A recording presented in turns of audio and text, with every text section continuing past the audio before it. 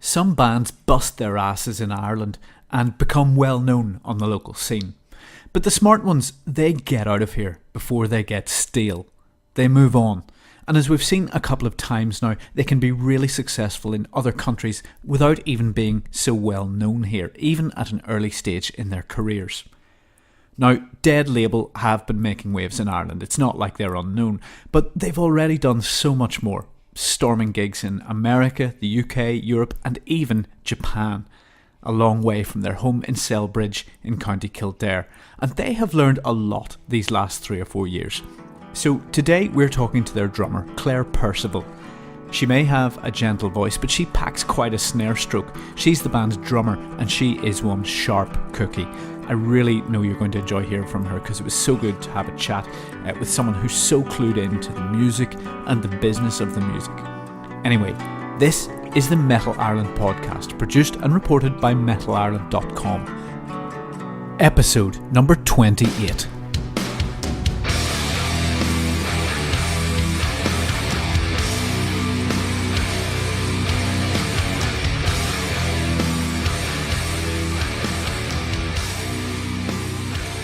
Now, just before we start properly, I can't let it go unremarked that it has been an incredible few months for Irish bands, particularly on the festival circuit this summer. They have been everywhere.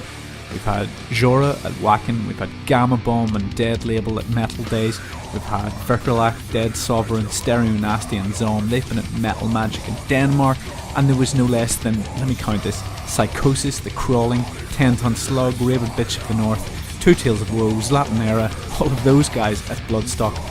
And of course I'm leaving people out, there have been more too. People, we have never had it so good.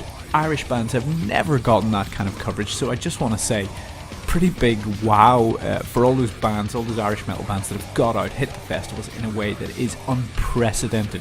So, I mean, what a way to start this podcast. It's great. And actually, that is where we're going to start the podcast, because Claire Percival from Dead Label has just gotten back from Bloodstock, where she saw one of the most inspirational bands on her career that she's been wanting to see for ages. I just went over because Gojira were playing and I just couldn't wait any longer to see Gojira. But the Irish bands that were playing were brilliant. Unfortunately I missed Psychosis because they played Thursday night, but they nailed it, so like they were well able to manage without one Irish supporter. But I saw Two Tales of Woe, who I've actually been a big fan of for years. Like, I've known those guys for years and years, so it's great to see them do so well. They packed the Jaeger tent like it was spilling out onto the I don't know if you're familiar with the layout of Bloodstock, but the main stage, the Jaeger tent is kind of almost adjacent to it. So it was spilling out, like people were kind of coming from the main stage crowd to the Jaeger tent. So that was brilliant.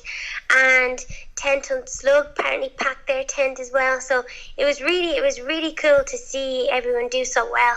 It's kind of like the Irish contingent is getting bigger over there, so it's great. Yeah, it really is sort of unprecedented to have so much Irish talent in one place at one time on such a significant festival. Yeah, absolutely. And we actually played Metal Days. It was like 2 weeks before Bloodstock, and there was a good few Irish bands there as well. Like Overoth, those guys played, and Gamma Bomb played, and there was another Irish band, and I always mess up the pronunciation of their name, but they nailed it as well. So there's like the two festivals I've been at this year has been a good kind of Irish stronghold, so I'm happy about that. Yeah, it's interesting because we've had some debate recently just on Metal Ireland about, this topic comes around honestly once every year, but the Irish scene's dead, and people say, oh god, it's just awful, nobody's coming out to gigs, no kids are interested, the bands are so, but actually what's happening out there in the real world kind of contradicts that a bit.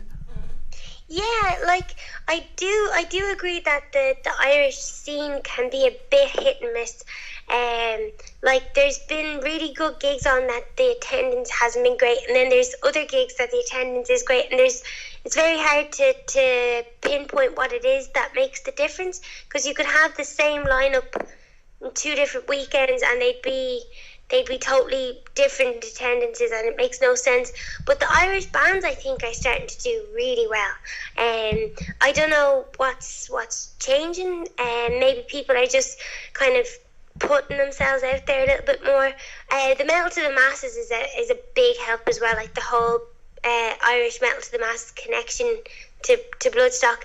I think that's given people kind of the ability to reach for something that would be a lot harder to get to without the Metal to the Masses competition. So I think that might have a big impact on what's changing, like when you're saying about the what's going on in the real world versus what people are talking about. They do be packed to the rafters, and that night, like when it's the final, has nothing to do with the audience vote.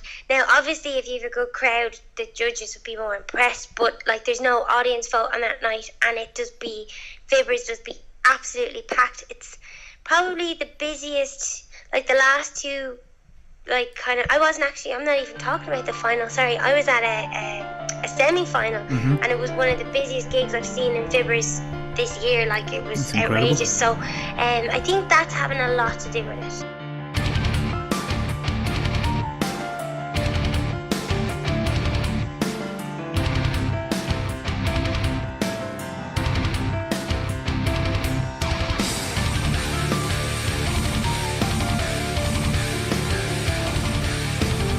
Just explain, because I don't think people have quite clocked this in Ireland yet, that your new album sounds absolutely massive, huge, but the reason for that is because it was recorded in LA. Is that right? It was recorded in Hollywood.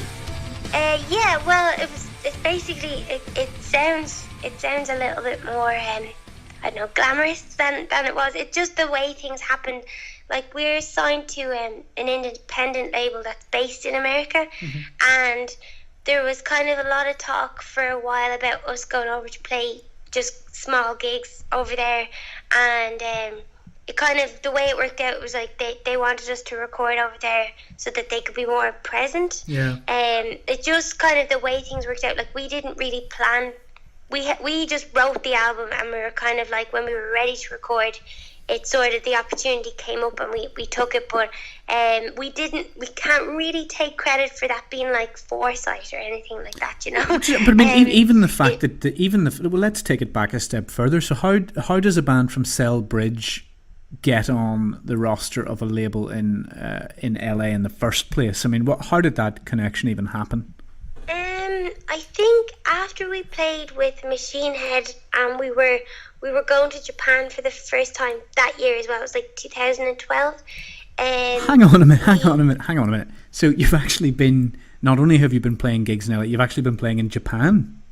Yeah, well, we played in Japan twice. We've been to Japan 2 times, but this is years ago. God, 2012 and 2013. But I don't think you were even that well known in Ireland in 2012, let alone. No. What? Tell me this: was it a glorified? Was it a holiday where you played a gig, or did you actually go over to play gigs? Yeah, well, we did our first video, so the video for Self-Immolation, and I got an email from a guy saying he ran a festival called Oktoberfest, which was in Okinawa, which is at like the very bottom of Japan, and it's a military base, so an American military base. Right. And he just liked our video, and he ran this festival, and so it's like one day is a metal day and one day is like a punk day. Yeah. And it's a open day for the locals and the military to kind of mix. It's like an art, it's funded by the military anyway, and he just said, did we want to come and play, and that they'd pay for our flights and they'd bring us over and provide the gear and stuff. So of course we said yes, but we were very like, this is too good to be true, this is way too good to there's be a true. sort of, isn't there a scene like that in Spinal Tap, or somewhere where they end up playing a military base? Seriously, is there? I haven't seen the full movie of Spinal Tap ever. I've seen the start of it like 3 times, and I've never finished it because something odd happens. But that would actually be very accurate to our life. So we said yes, and we, it was like March, and the festival was in October, so we were like, yeah, cool, we'll play in Japan, sure, please don't kill us. And then we were like, well, we have to go, because like, why would they put money into trying to kill 3 random people? So we went, and it actually turned out to be amazing. Like, the guy who booked it, he booked us a club show the night before, and that was like probably one of the best club shows we ever played. Even to this day, like as a non-support act, just our own show, it was probably one of the best shows, because they did like so much promotion. And we played at like 10 o'clock on an outdoor stage on the beach, like 7,000 people, and this is in 2012. And we obviously had no idea that was actually going to happen. So we'd no merch, we'd no CDs, we'd nothing, because we really thought like it was too good to be true. We were just not going to not go, And so that was the first time, and then we went back the following year as well.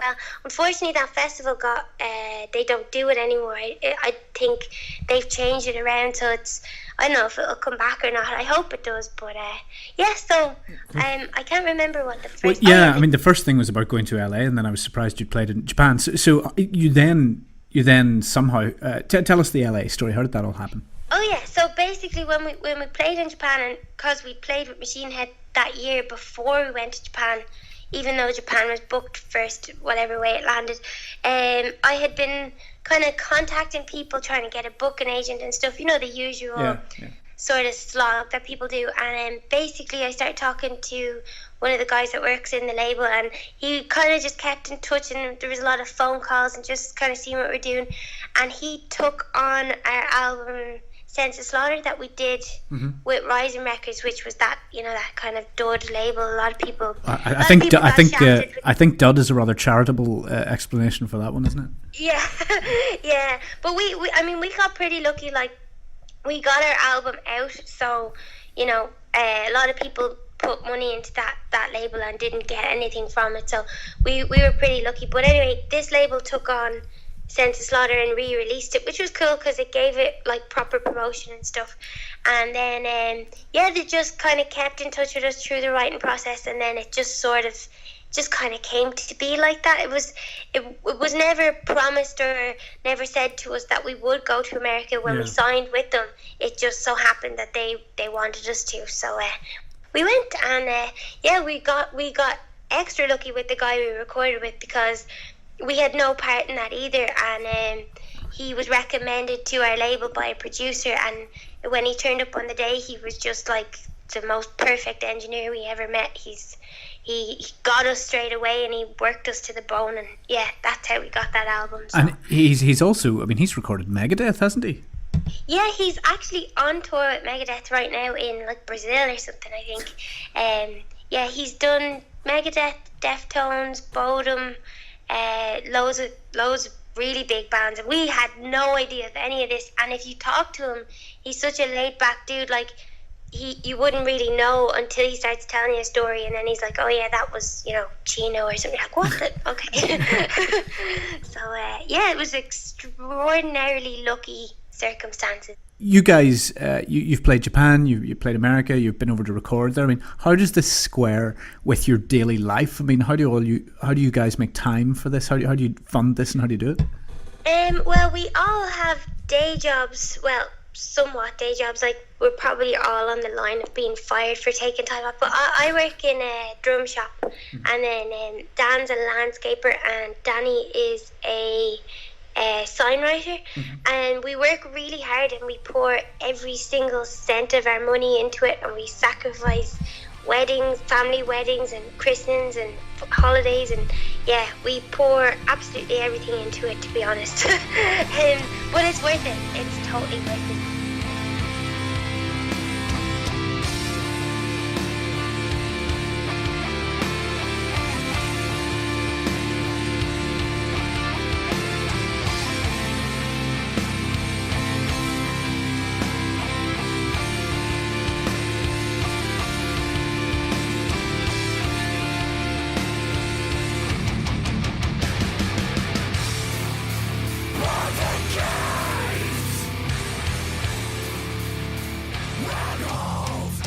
The new album, I think it's a real.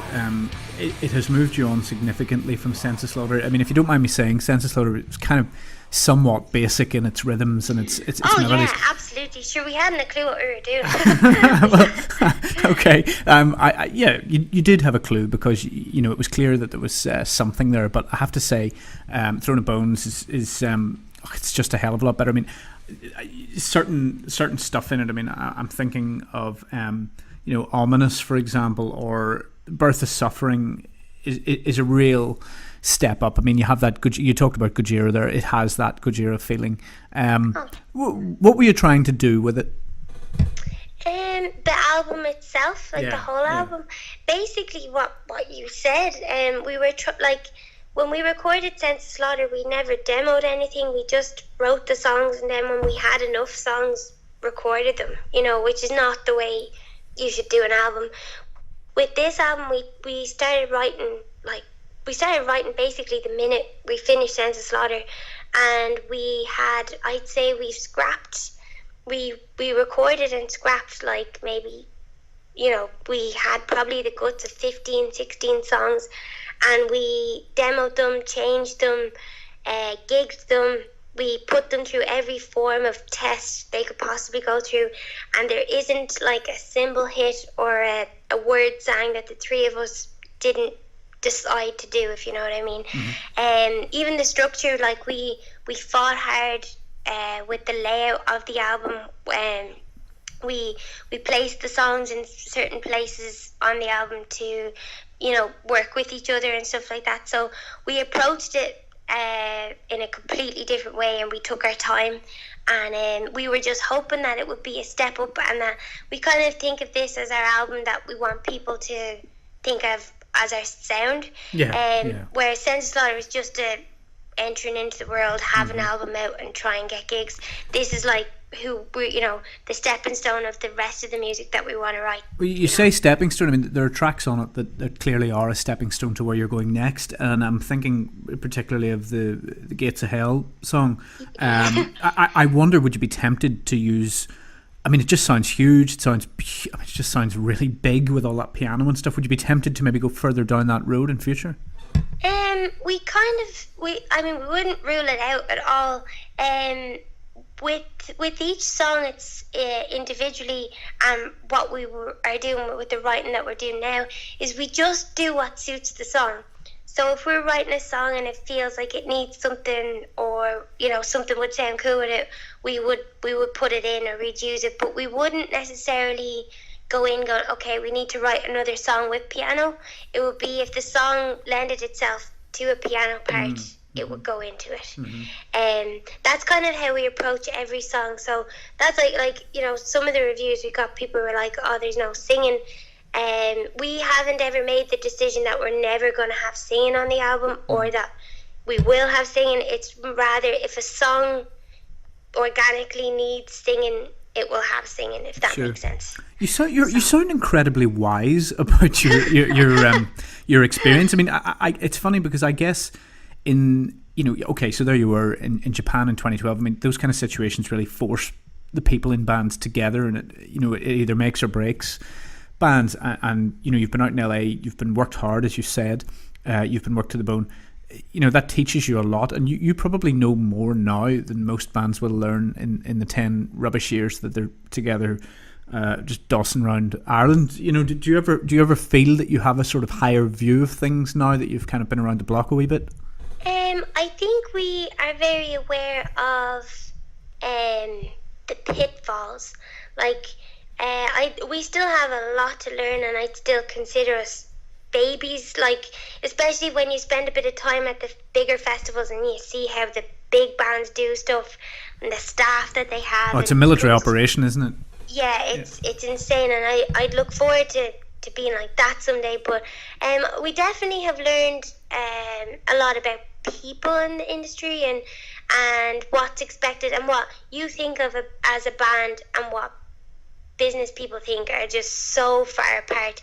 When you're a kind of band and you want a gig and you're contacted a booking agent, and you're like, oh, if they just hear this song, they're gonna love it, obviously, because we love it. And it's not like that at all. It's just about numbers. It's just about fitting. Sometimes it's actually about the size of your band. Yeah. You'd be offered a tour, let's say, and if you have 5 members and 2 crew, you're less likely to get it than if you have 3 members and no crew because of the space. I mean, it's just crazy the things that, you think when you're innocent to a little bit of touring, and then when you actually tour, you realise how different it can be. But what has been the one thing that? What? Sorry to cut across you there, but that's a really fascinating thing, because it just comes down to mouths to feed, doesn't it? So tell me, what would your advice be about the economics of going on tour to a band that is, say, just about to break out of Ireland? Say there's a band, I don't know who they are, but say there's a band, they're just about to book a van and they're about to do it. What is your advice about the economics of touring? I would say have a shitload of money, work hard and get a load of money that you can survive off. Don't think you're going to party. Like we never think like that, but some bands think that touring is partying, and it's the exact opposite. And have a load of merch that you can sell cheap. So like have a t-shirt that you can sell for a tenner, because if someone is going to go see, like for example a Fear Factory, they're going to want a Fear Factory t-shirt. It's like €25. They're probably not going to buy a t-shirt off the opening band as well, but if you're a little bit cheaper, they might, if they really liked you, and that's your bread and butter. And if you have enough merch to last, you can actually try and make back some of the cost of getting to the gig in the first place. So merch is definitely important, like really, really important. Look, help a guy out here, because let's just talk merch for a second. I think this is something that confuses so many Irish bands, or at least if it doesn't confuse them, it certainly ends up costing them a lot of money and a lot of piled high t-shirts under their garage. So is it small, medium, or large, or extra large, and what should you prioritise? God, it's actually, well, if you're touring in Europe, like a couple of different countries, you need everything, because you cannot predict. Like we really thought we could predict it, because in Spain, you'd find in Spain people like small, medium. They just like the way they fit. In Germany, they like extra large, even though all these people could be the same size. And the one thing I definitely suggest, not suggesting to someone a size, that's never a good idea. No. I've done that and it doesn't go well. But you literally cannot predict it. I mean, we've tried a lot. Like in America, they like a lot bigger sizes. Yeah. In Europe, it's every country is different. Every country is vastly different, and every crowd is different as well. Like we've played festivals in the Czech Republic and sold a lot of mediums, and then you go and you play in with Fear Factory on that Demanufacture tour. There was an older crowd because it was an anniversary tour. Yeah. And they would all like large. It just you can't. So you just buy up as much as you can and reprofile to the gigs. Yeah, pretty much. Okay. I don't think you could ever, if you plan on touring a lot, I don't think you could ever have too much merch, as long as it's a cool t-shirt or a simple t-shirt. Like if you go with something kind of too like dragony, like something that you're kind of aiming it specifically to people that like those type of t-shirts. If you keep it sort of simple. If someone just likes your band, they might buy it then, Like we have a logo t-shirt that even like girls that are dressed really nice will buy and probably just use as pajamas, and that works for us. So it beats my wife using my Depeche Mode and Van Halen t-shirts. So there you go. Exactly. So look, that's a really good piece of advice that people will definitely take on board. I mean, let's just talk about your rig at the minute. So you work in a drum store, so you clearly know your gear. So what's your setup at the minute? My setup, okay, so I have a drum kit that actually got me my job, because I fell in love with this drum kit that I have years ago, and I kept visiting it in the store, and eventually, obviously, the manager probably thought I didn't have a lot to do, and when a job came up, he offered it to me. So I have a Yamaha Oak X Custom, so it's a really loud drum kit. I only use a 3-piece, so it's like a 22 by 20, 12 by 6.5, and a 16-inch floor tom. And my snare is actually a 12-inch. which is kind of unusual, but it's really high.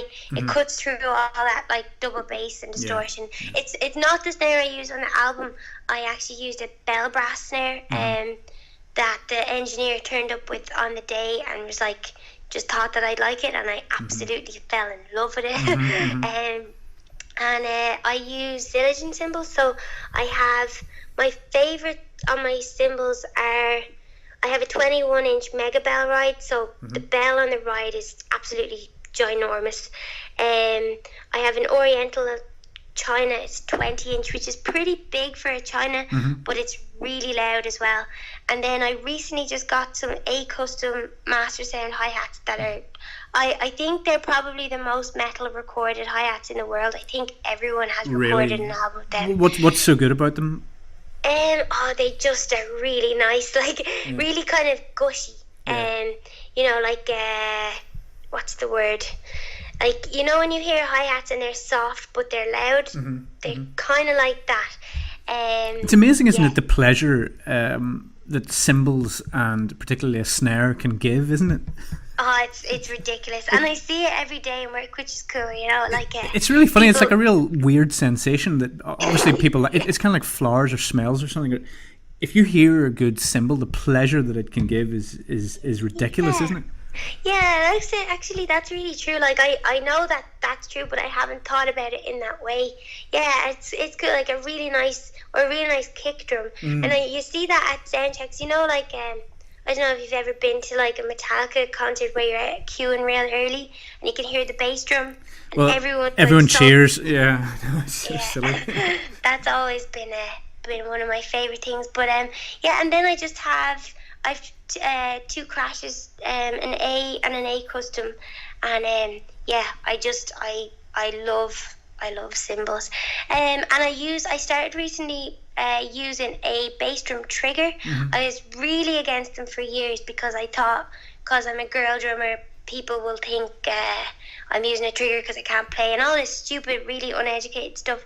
And then I actually realised that it's harder to play with a trigger, because if you're micing up a bass drum and you're playing like, you know, consistent double bass, it's gonna be muffled a little bit. So if your left foot is slightly behind your right foot, it's not gonna sound any different. Whereas if you're using a trigger, you have to be 100% sure of what you're hitting and what you're not hitting, because it picks up everything. So it's a little bit of a struggle for me to admit that I like the technology side of things, because I've always been super against it, but it's helping us because it's a clearer kick sound no matter what it works within your style. And I think as well the idea, I've often thought with triggers, that as long as the tone is right on the kick drum, as long as there's no triggering on the snare or the toms, I think kick drum is an acceptable trigger. That's exactly how I you know what I mean. Yeah. But I mean, obviously hateful, you know, snare triggers is just fucking awful, but I think it is acceptable. I mean, there's so many bands triggered their kick drums, as long as the life and the breath is in the top half of the kit. I think kick drum triggers are, you know, I think people see that as, I don't think people see that as a lesser thing, you know. No, like it was just like I was really uneducated myself about them, and I had seen at one festival we played, there was a dude sound checking, and he had his trigger on, and then his hands were really light. You know, he was playing really light with his hands, and I was like, this is bullshit. Like, you know, this is why triggers are shit, because that guy isn't playing hard and blah blah. And then I just realized that was him, and it's actually like, I've seen like all the drummers I admire use a kick trigger because the sound is clearer. I mean, there's no point in writing a song with really intricate bass drum parts with palm muting and then having it muffled to shit when you're playing it live.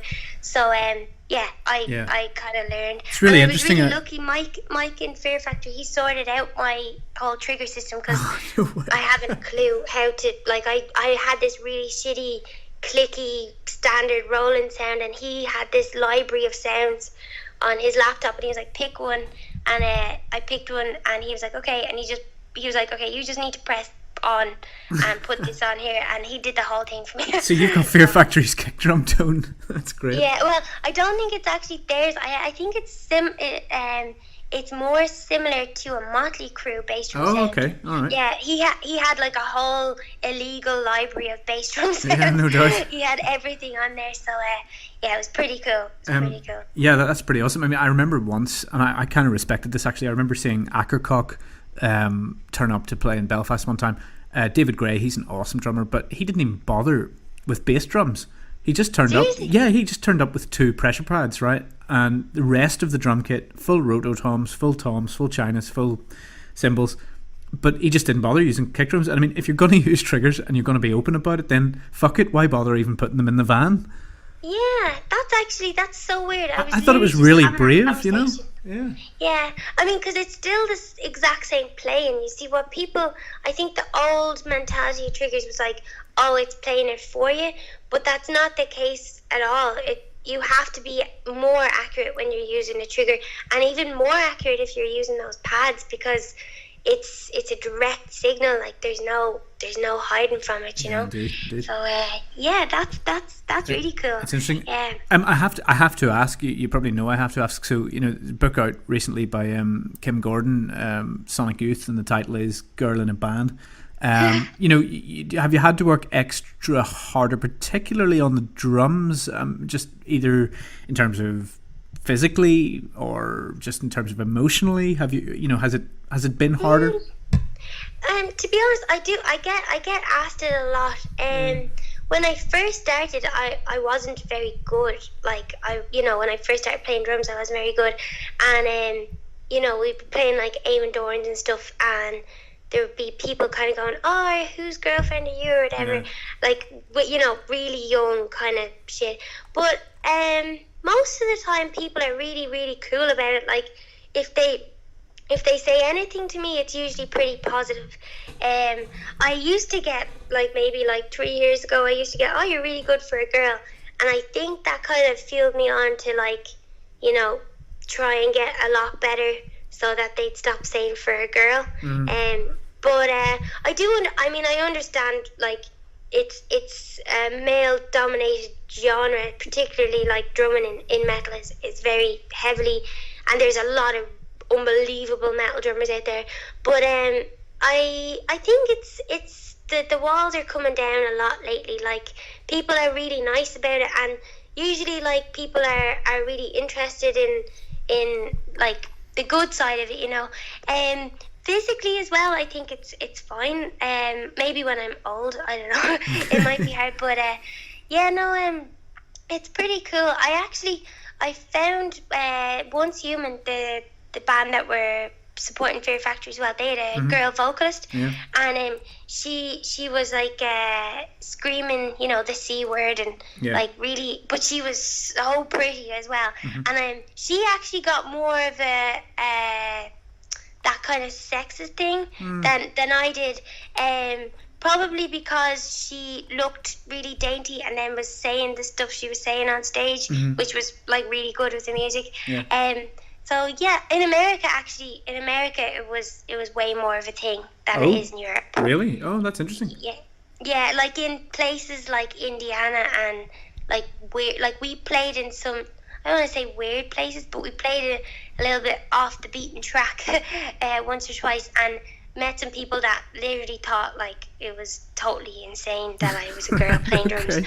But it's probably fairly annoying for me to even bring it up, but it is just so, the scene is just so male oriented, and particularly with drummers as well. It's just always interesting. I mean, who do you really rate? I mean, who is, if you could aspire to their technique, what drummer do you like? I am absolutely obsessed with Mario Plantier's drumming. I wish that I could play like him, and with Dave McLean's drumming. If I could meld the two and take some of their skills, I'd be happy. Mario, he is an actual artist as well, but I find when he's playing, it just looks so fluid. He's playing really heavy stuff, really, really heavy stuff, but it just doesn't sound like death metal. It doesn't sound like Cannibal Corpse drumming. It's fluid, and it moves with the music, and it's together, and that's the type of style that I really like. And then if you watch Dave McLean live, you can hear every single hit. Yeah. Yet the whole world is thundering down, and it's so heavy, but it's so precise. That's the type of style that I like, and particularly for the type of music we write. If I could nail that, then I think I'd be going in the right direction.